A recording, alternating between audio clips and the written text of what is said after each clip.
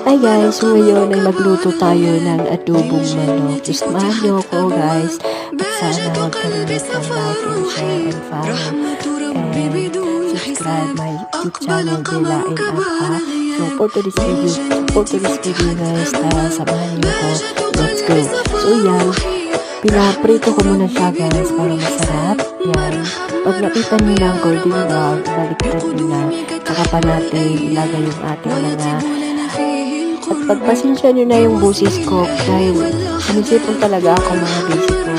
So ngayong araw ng Ramadan, nagkasipon ang lola nyo. Charit. So huwag kayong mag-alala kung so yun. At sana ay nagustuhan nyo tong video na to. At hinihingi ko po, huwag kalimutan mag-subscribe my YouTube channel and Facebook page, Masabar Vlog. So yun lang.